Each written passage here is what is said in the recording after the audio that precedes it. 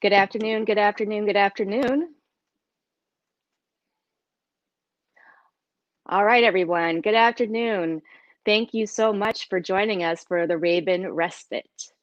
This is the lowdown, the importance of local elections.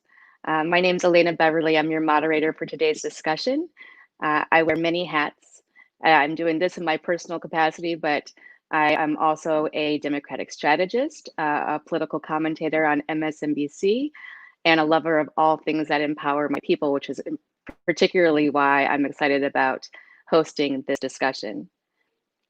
So why are we talking about the lowdown? Why are we talking about the local elected races, particularly in a presidential year?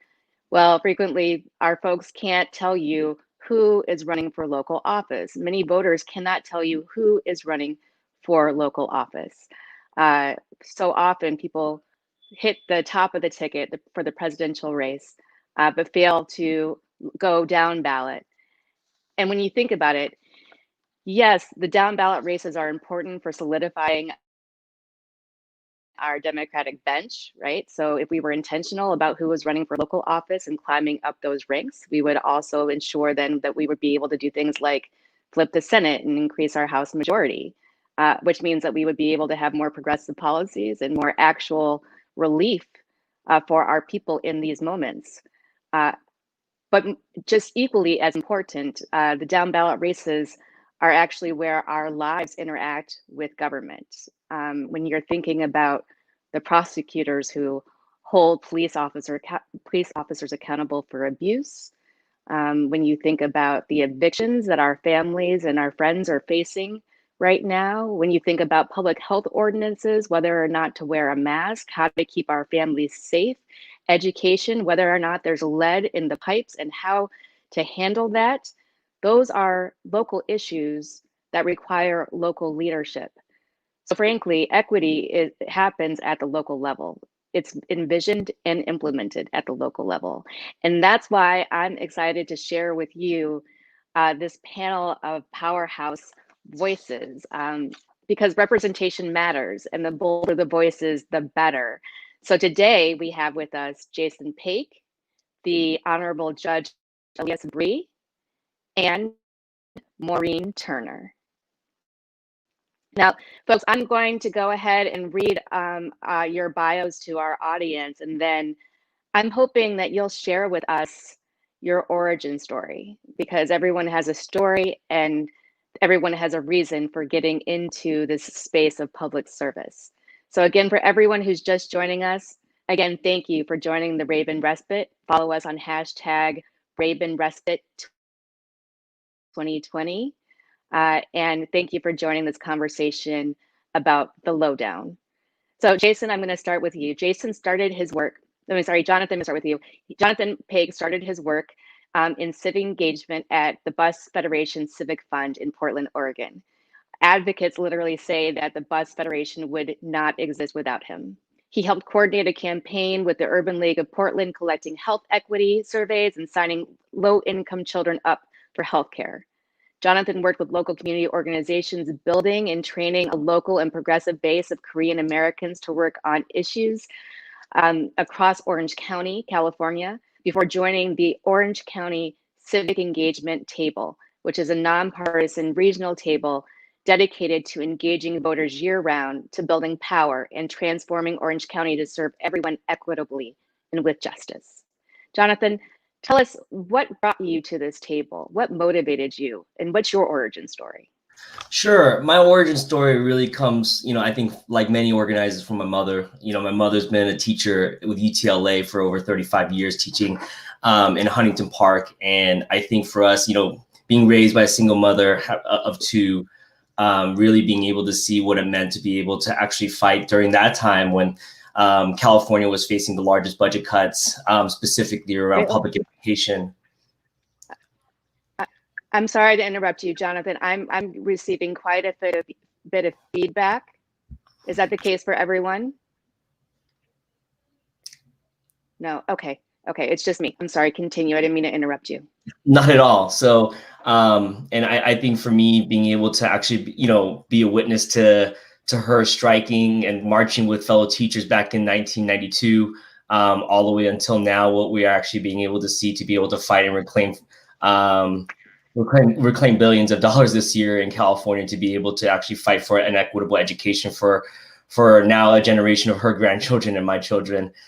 Is something that we're all fighting for. I think for me, really arrived to this because I believe that in Orange County, Orange County is long known as the conservative county in California, conservative stronghold in California, but we understand that our communities are represented by a conservative narrative that is not representative of our communities.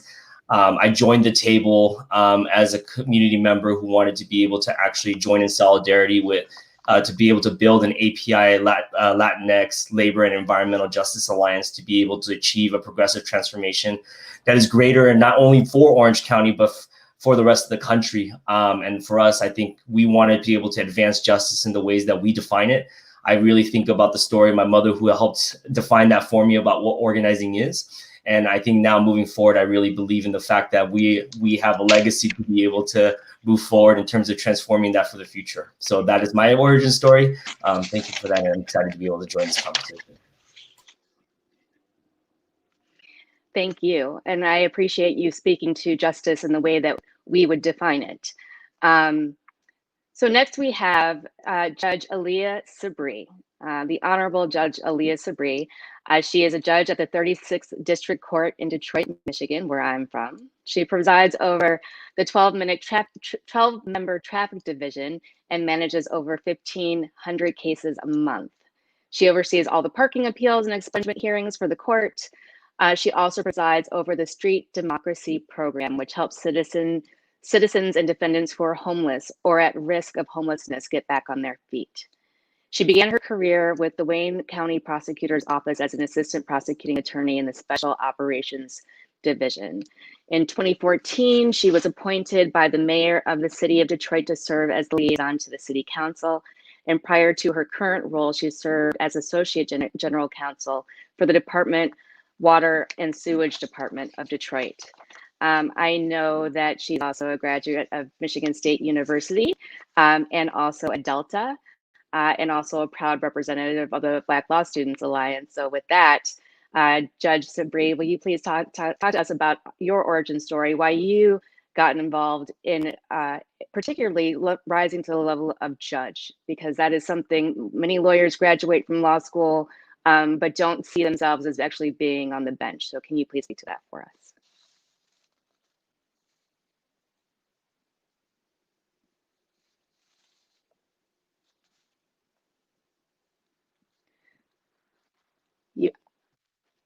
Judge Sabri, I think you're on mute. That will help. Good afternoon, everybody. Can you hear me now? Yes, okay. Thank you. All right. So as Jonathan spoke to it a little bit, my history goes back to my great-grandmother, Daisy Elliott, and she was a state representative, a legislator here in Michigan, and she wrote the Civil Rights Act for here in Michigan in 1976.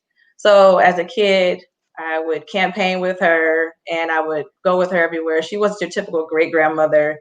She didn't do the cooking. She was out in the community. So it was from a very young age that I knew that I was going to be in public service. So fast forward, my mother's in public service, so is my father. And I always wanted to help the community. Well, I noticed that a lot of times the judicial branch is left out of politics. It's left out of conversations.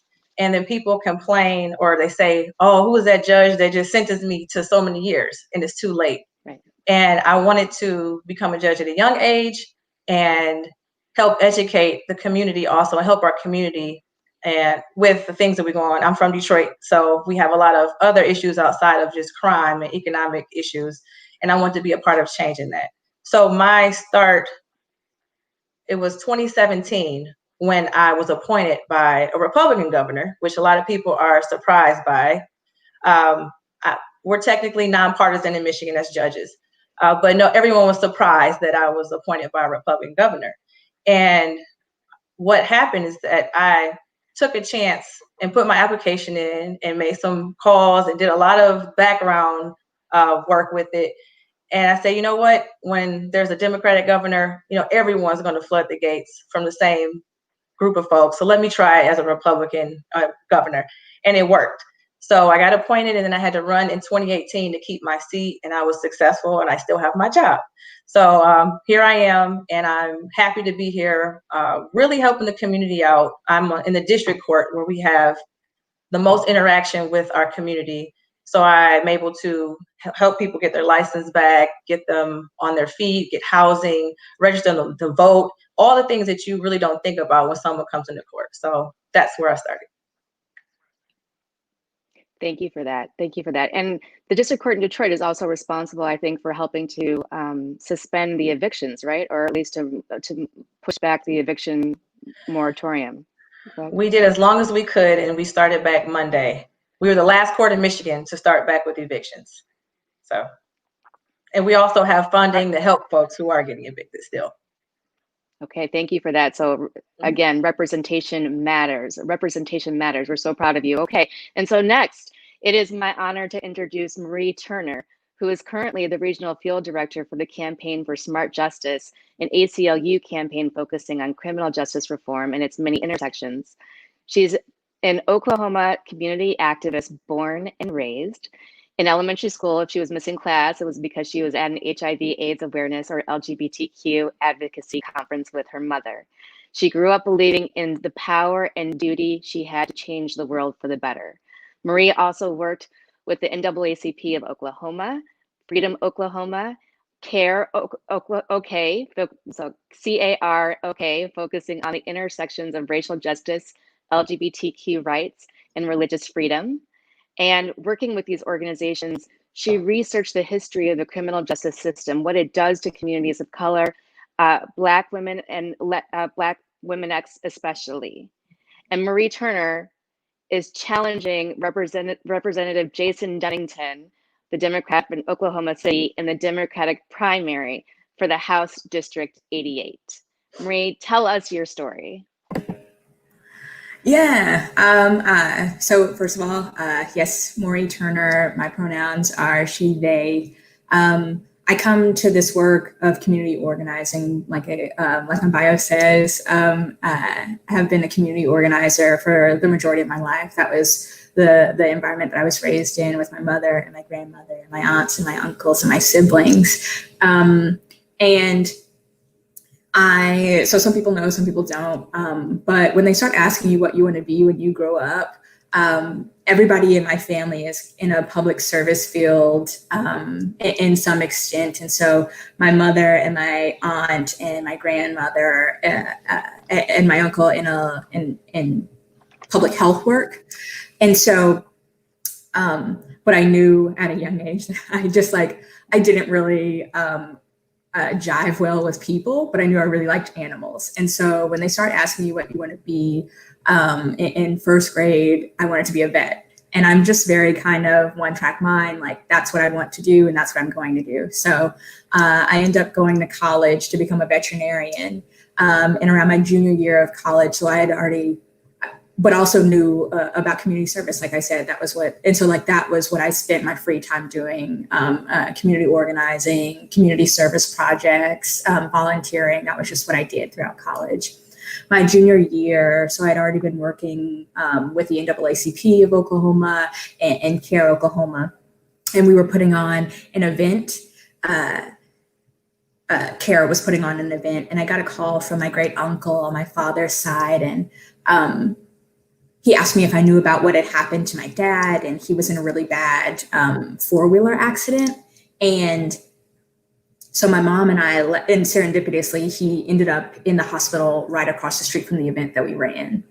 So my mom and I left, and we went to go see how he was doing. And so for the next week, because I lived in Stillwater, Oklahoma, and my internship was in Oklahoma City, where I live now, in House District 88. And so for the next week, I would drive down to the city, and I got to spend time with my father, with my baba, and I realized that we were more alike than we were different. And my father and my grandfather were in and out of prison throughout my childhood, up until I went to high school. And so we were still pretty estranged at this point in time. And so I got to listen to his story and realize that he wanted to become a teacher and wanted so many great things out of life. But in Oklahoma, and like you see across the nation, our Black and brown communities get one touch with the criminal justice system, and then it just becomes this cycle. And so at that moment, that week, I decided that I was going to leave the idea of becoming a veterinarian behind. And I decided that I was going to figure out how to correct Oklahoma's justice system. And I didn't quite sure, I wasn't quite sure what I was going to do or how I was going to do that, but I started researching who was doing meaningful and holistic justice reform. I think one thing that we do a lot here in Oklahoma is we talk about the fiscal responsibility that our justice system puts on taxpayers, but we don't really talk about how that affects children and families and individuals before they're touched by the criminal justice system and long after they leave the carceral system, right? And so I was looking for who was doing that meaningful, holistic justice reform. And that was when I came across the Campaign for Smart Justice. So I did. My mom always tells me not to leave a job before you get another job. And that was one thing I kind of always kept in mind, but this was the one time I did it. So I left my job at the university. I was working in public housing, off-campus student housing. And I left that job and didn't know what I was going to do. So I took a study abroad trip to India and Sri Lanka. And while I had completed the interview process and while I was sitting over there, I got an offer letter for the job. And so that was like a sigh of relief. But what brings me to this work specifically and working in criminal justice reform is realizing how 1 in 2 Oklahomans is affected by our justice system, and about how realizing that some of my first friends from elementary school, by the time we got to middle school, were being tried as adults, and seeing what that hold looked like for my community and realizing that my story, while it was unique to me, wasn't a unique story here in Oklahoma. A lot of folks face that every day. And so that's what keeps me in this work, right? It's long and it's hard. And, but I wouldn't feel as fulfilled if I weren't doing work like this. So that's a little bit of my origin story. So what is the one reason? Yeah, whenever voters vote, they usually have one reason that motivates them. What is the one reason? Let's go this in the same order. What's the one reason that voters need to come out this year and look at the down ballot races as well and become informed of the down ballot races as well? What is the one issue or reason that should motivate us to turn out strong? Jonathan? Sure, I can share. So I think now more than ever, down ballot races are more critical to be able to pay attention to, and to be able to actually give an opening or a segue for a lot of our community members who have never participated in our democracy or who has been disenfranchised from our democracy to be able to participate in to be able to participate and hold folks accountable for the folks that we elect at the local level. I think one is the fact that it is now more important than ever as we actually focus across the country about how much our cities and municipalities all spend on police budgets, what it means for us right now to be able to actually reinvest and reimagine, what it means to be able to reallocate those dollars for our youth services, what it means to be able to reallocate those dollars for our most vulnerable populations in our cities, and to be able to have a really grounded understanding of what it means to be able to not only participate and have power in our democracy, but to be able to hold our leadership accountable and to be able to actually create a different culture of what it actually means for good leadership to be able to govern well in our city level that will actually translate to higher levels of office as city council members that we are electing now can actually aspire to actually govern that way when they go to the state and federal level. I think what we have seen, so I think for us in terms of the one reason to be able to vote is the fact that one, they get to be able to have an entry point and way to be able to actually see a name on a ballot and to be able to actually see then therefore after January or February, they get to be able to connect with that person. They get to be able to build a relationship with that person. And we actually transform the way and the expectations of how people govern. They do not govern by being able to have those expectations being won over every 2 or 4 years. They are winning that over by being able to have a relationship for 24 months or 48 months now. And so for us right now in Orange County, like we have We worked on our first sheriff's election back in 2018. We're coming back for it in 2022, but we are now like actually changing the expectations of what it means for law enforcement to be able to even play a part in our community now in Orange County. And so for us, what does that mean now as we actually challenge our local elections? And when we think about how much our local city and county boards are actually having power over our budgets and our resources that we're paying for, like what does it mean for us to be able to actually have a collective budgeting process for us to be able to actually advance that kind of vision of justice. So for me, like that's what I'm really excited for. And like, I think that's what excites many people is the fact that this vote not only means 1 in a million, but this vote really means is that they can make an impact immediately. So I think for me, like that's the excitement that I have. And I'm excited to be able to hear from others what their reasons are too.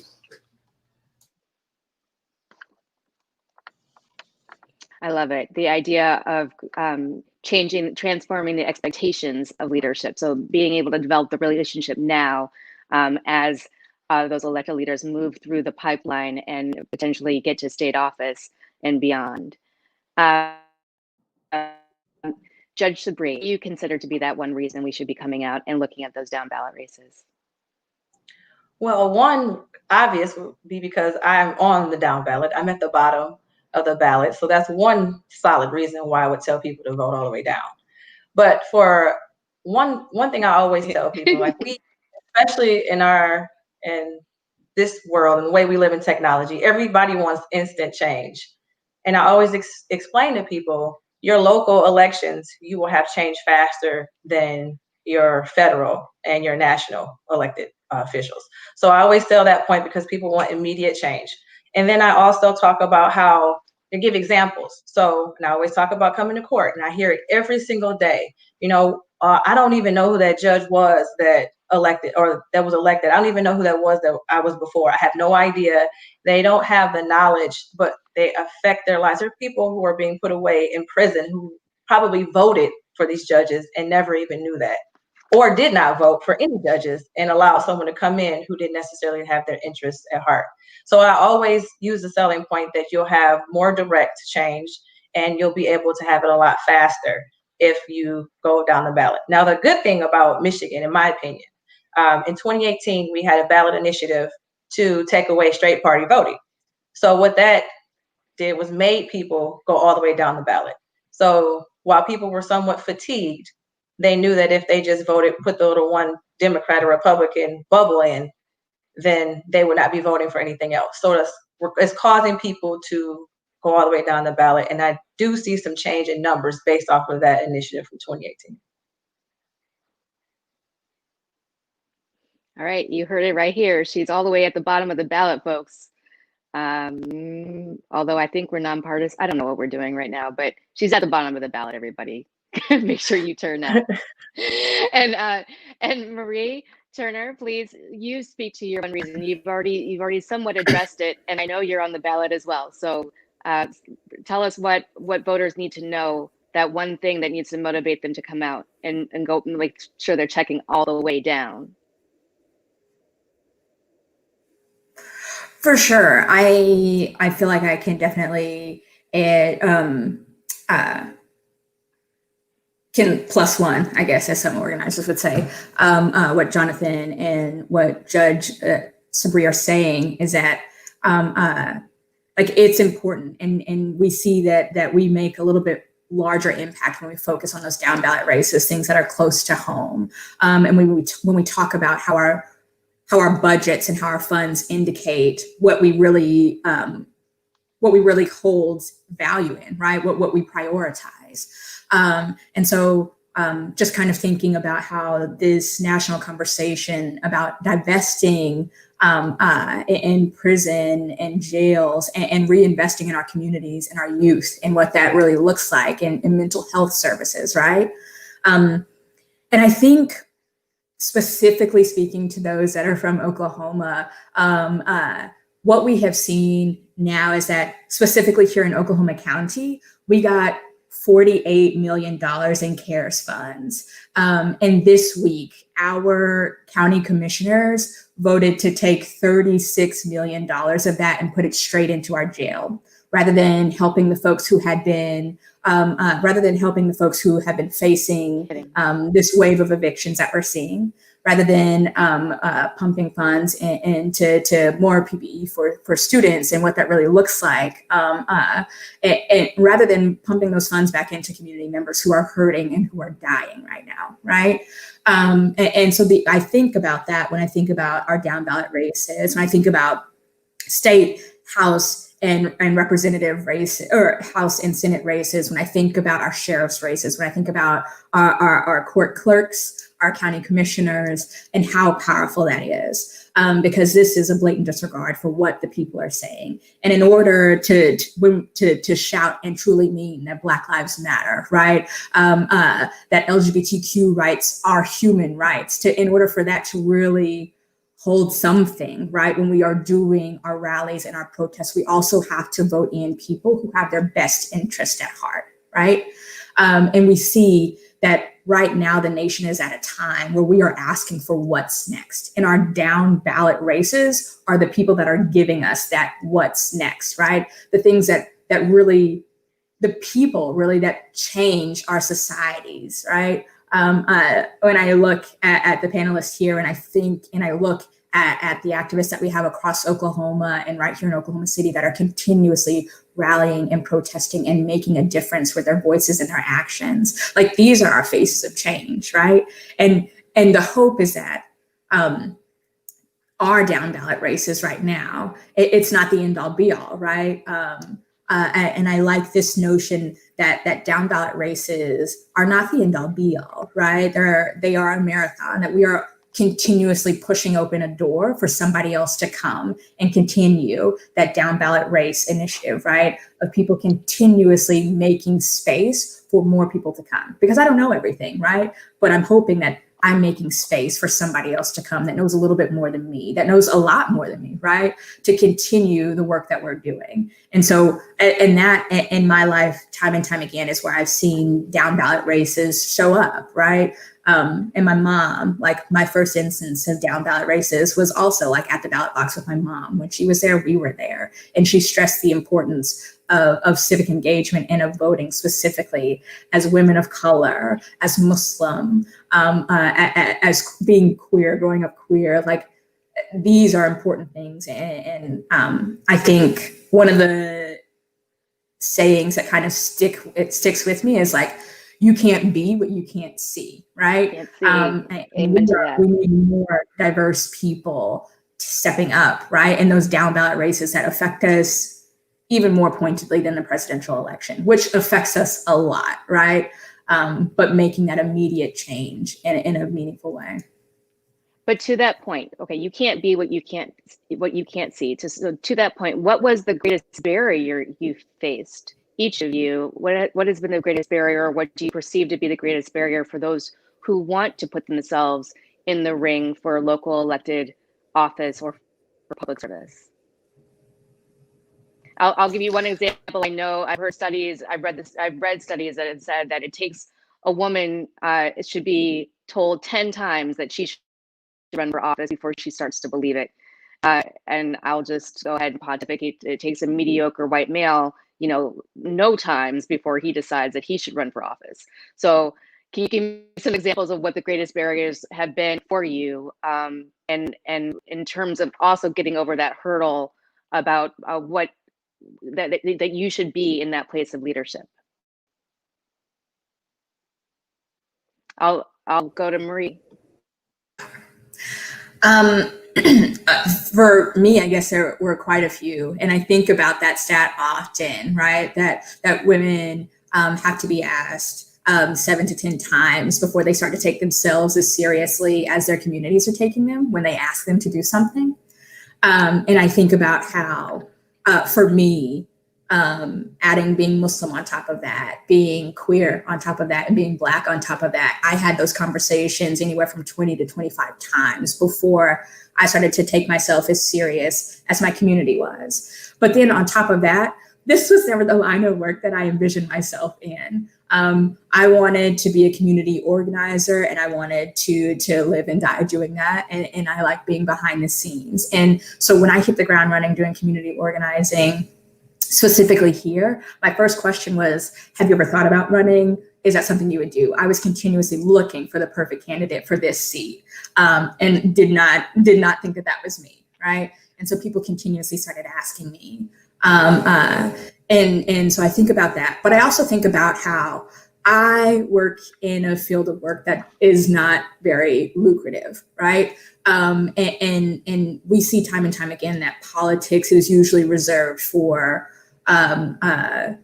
wealthy, middle class, upper class people who have wealth to put behind their name to finance our campaigns, that if they need to take off, that they can, and they don't have to worry about the financial strain. So in my work, I had to leave to be able to do to run my campaign, and I didn't have the financial stability to do that. The things that helped me through that time were the stimulus package that we got, and when taxes came back in. So that helped me through it. Now I'm back for a little while, and then I'll have to leave again.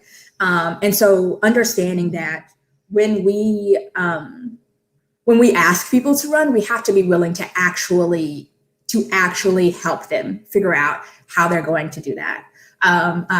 So personal finances, but also that fundraising ask. Like, our campaign was very unique in having 400 individual donors for a house, like for a state house race, is something like almost unheard of, right? And so we had to get very creative with how we did that. And that's what I like. That's why I'm so thankful that I'm a community organizer. That's what we do. But when we say that that we want someone to run, being able to really help them and understand like what that means. And then also having to wrap my head around the fact that I've been doing this work for a long time, and this is a job that I am ready for, right? And so I guess shrugging off that imposter syndrome, and truly understanding what it means when we're asking people to put their livelihood on the line to run for office, and truly supporting them in doing that. Those were the two kind of main things, that hurdles for me to get over. Thank you for that. And Judge Sabri, can you speak to your greatest obstacle getting out front, and also that fundraising challenge? Absolutely. I have real stories. So, Maureen, I just want to say too, so I'm also Muslim, so I understand where you're coming from. I don't cover, but I'm still Muslim. That's the way I live my life. And I experienced it as a prosecutor. That's when it started for me, my legal career. And there would be people who say to me, oh, wow, you don't seem like you would be a Muslim. And it's like, well, what does that mean? So even as a judge to this day, excuse me, I would tell people, I'm getting ready to celebrate my holiday. And they would say things like, oh, but you seem so this, or you're so this. So that's one barrier. And, being a woman, being Black. And then one thing that people forget about, ageism. You think about a judge, you think about typically an older white man. So my two challenges, one was the whole succession thing. We have someone in mind, it's not your turn yet. You should, this is more of a retirement job, or wait till you're about 50. And I'm like, well, the law says I only have to practice for 5 years. So why would I wait till I'm 50? So that was one thing. And the other was fundraising. So for me, this was my first time having to humble myself and ask for money. And that's something I don't like to do and did not enjoy doing. And when people give you money, they think that you owe them something.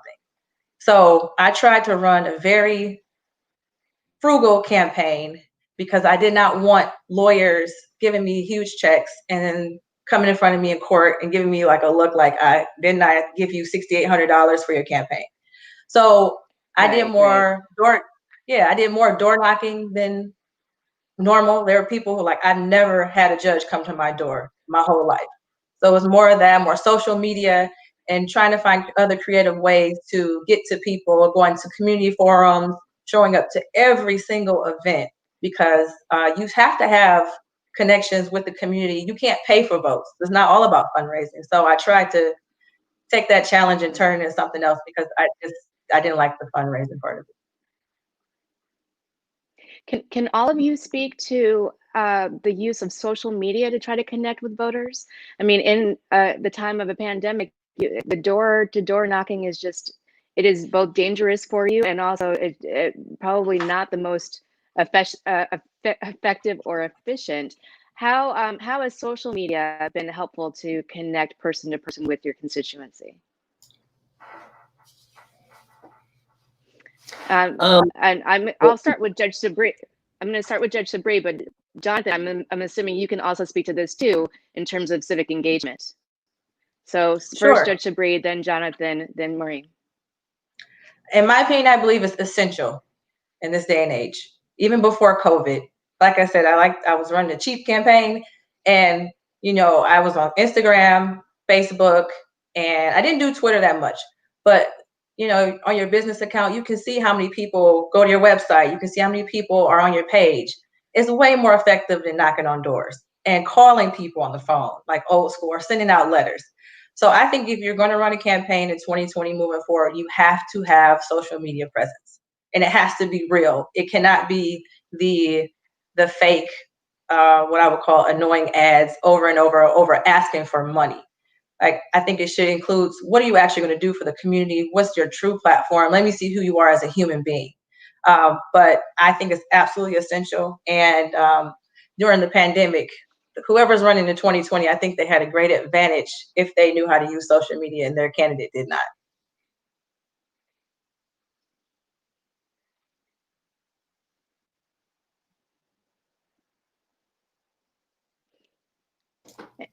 And Jonathan? Sure.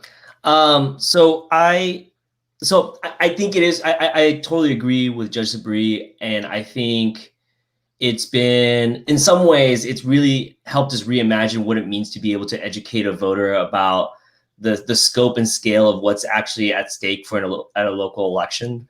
I think what's really interesting is the fact that now, because there's a push to be able to push voters to vote by mail, to be able to actually ensure that we're educating voters earlier, it's actually shifted the timeline in terms of like how we're actually educating voters and what issues and candidates we're actually prioritizing at the local level, and what it means for us to be able to educate at depth through social media. So what that means for us is that, a lot of campaigns and traditional campaigns really focus on what it means to be able to actually lift up the visibility of a name of a local candidate. In large part, it's nonpartisan seats. Folks don't really have like a quote unquote Dem or Republican ticket to be able to actually vote down ballot.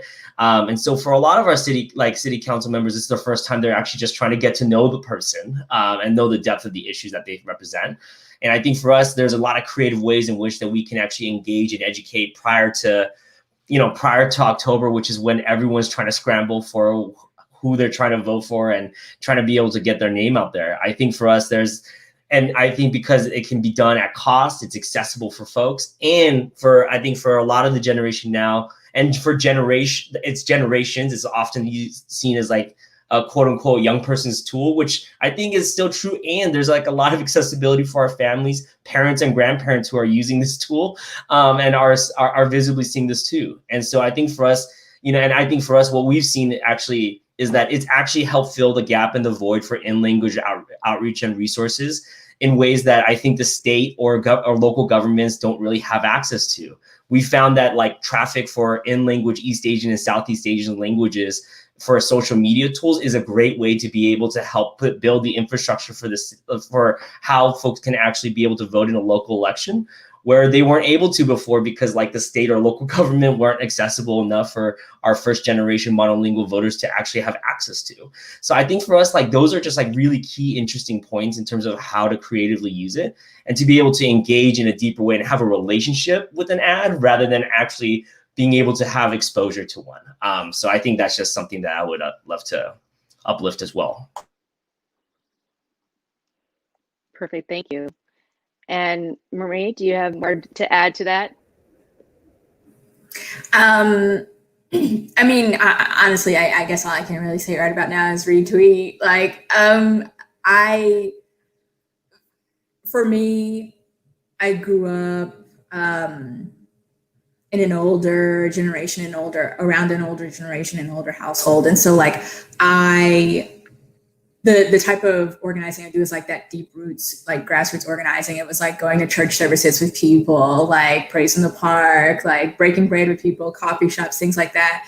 And so we had imagined this robust field plan, and then COVID hit. And it really just kind of blew a hole in all of that. And so we had to take a step back and like Jonathan said, like reimagine what it looked like. And which was really scary for me because I didn't have a social media presence really before that. Like I used my Instagram to post photos of my nephew and my friends, like that was it.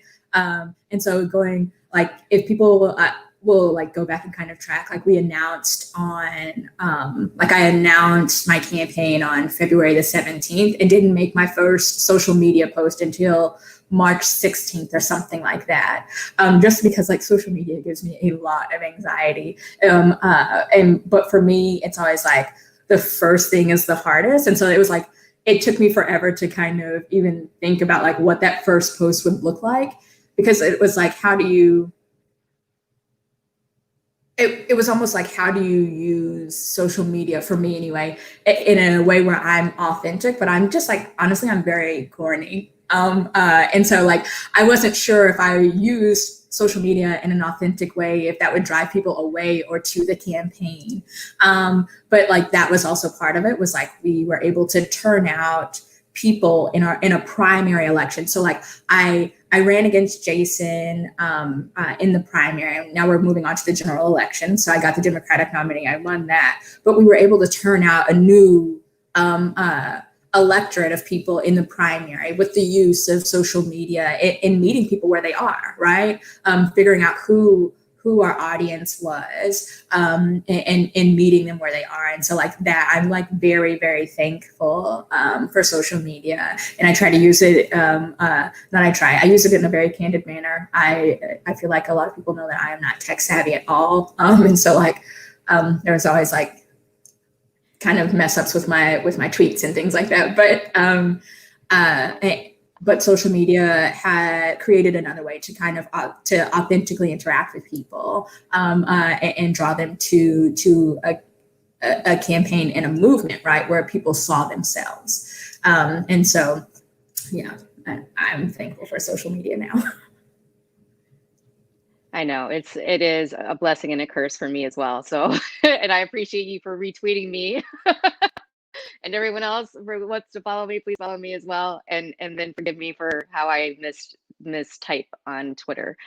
So another question that came in from the chat is how should our voters engage? So Jonathan, you spoke to the interest in using social media to both request your absentee ballot and voting early and trying to become informed early. But how are you encouraging all of your voters to vote for you in this crisis moment? Are you suggesting early voting? Are you suggesting voting by mail? If you could each speak to what your best strategy is. Yeah, so for full clarity, I personally am not running, so I'm representing a table of organizations that are supporting that effort. But I think, just for clarity, I think I'm not sure if it's a blessing in disguise or like the awakening of the moment. But I think for us, what it's actually awakened to is like how to be able to continue to advocate at the local level of what it means to be able to create an accessible election and what it means to be able to do that. For us, like we're working at the county registrar with the county registrar in California, in Orange County, to be able to actually explore like what it means to be able to expand like early voting days and to be able to expand what it means like for what a vote center looks like in Orange County. So for us, for example, like there are conversations about what it means to be able to actually use a lot of our partner offices at scale to be able to actually know that like there's a trusted community organization who's offering their space and their time to be able to actually bring new voters in and to be able to provide in-language access. I think in every place of the country, I can imagine that there is actually a significant dip in having folks who are like non-English speaking voters to be able to actually access the ballot this year.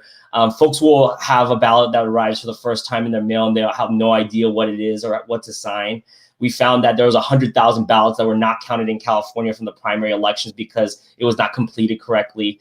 And what we assume is that it's a lot of people who look like us, like our parents, like our families, that are actually having their ballots returned.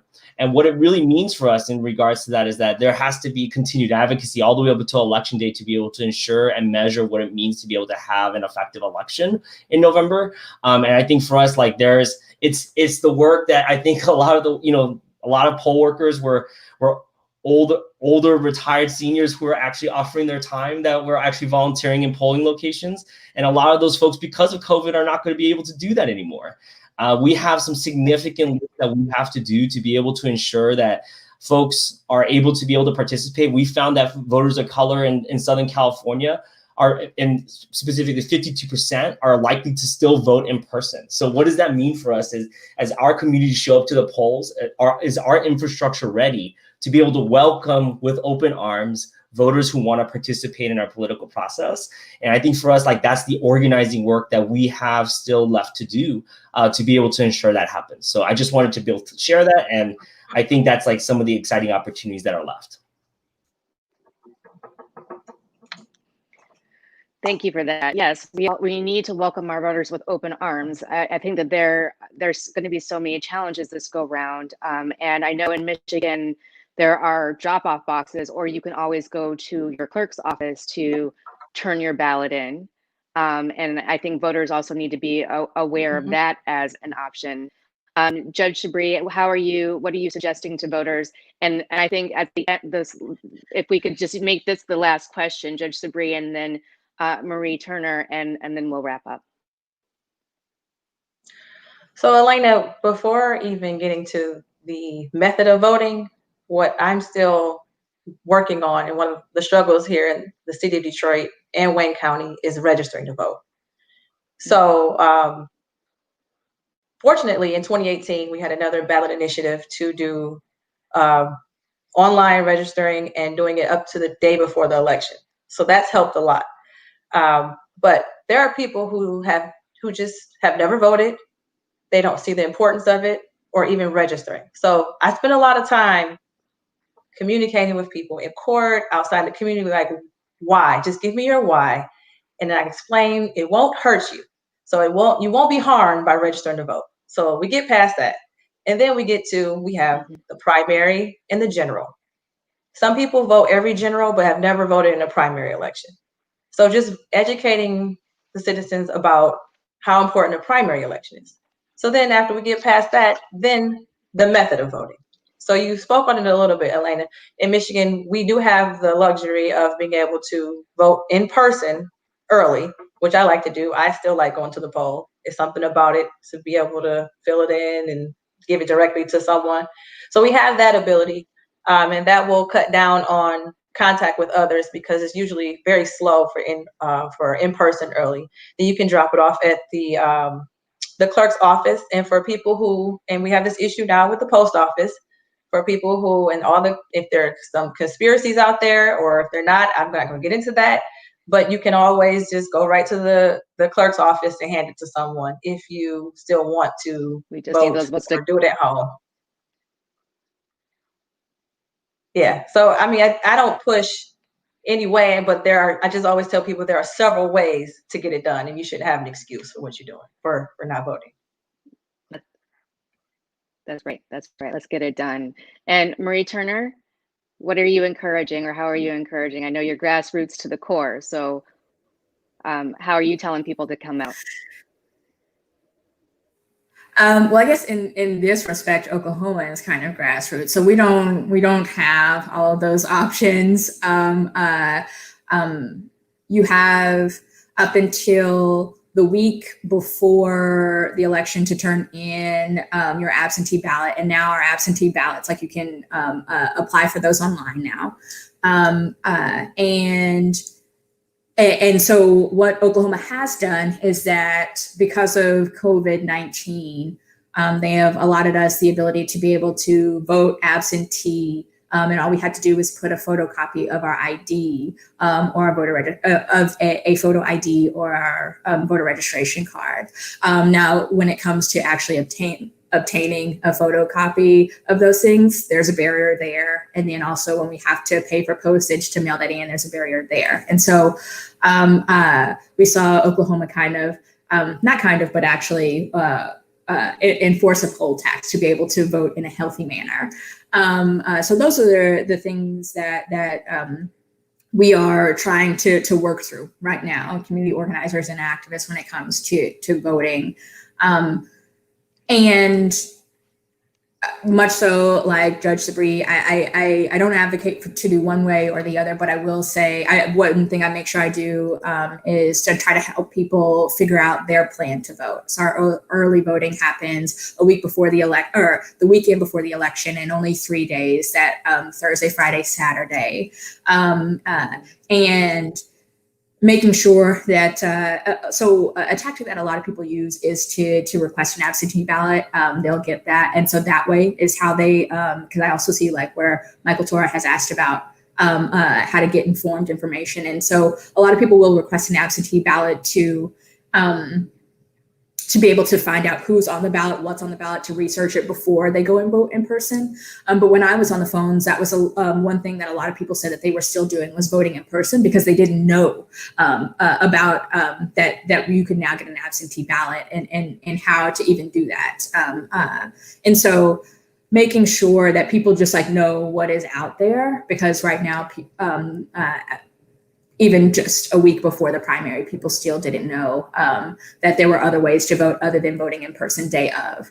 And so just making sure that we're doing all we can to share that information with our urban and our rural areas when it comes to voting.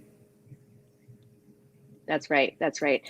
All right, everyone, we are past our time, but it's been an important, very helpful discussion.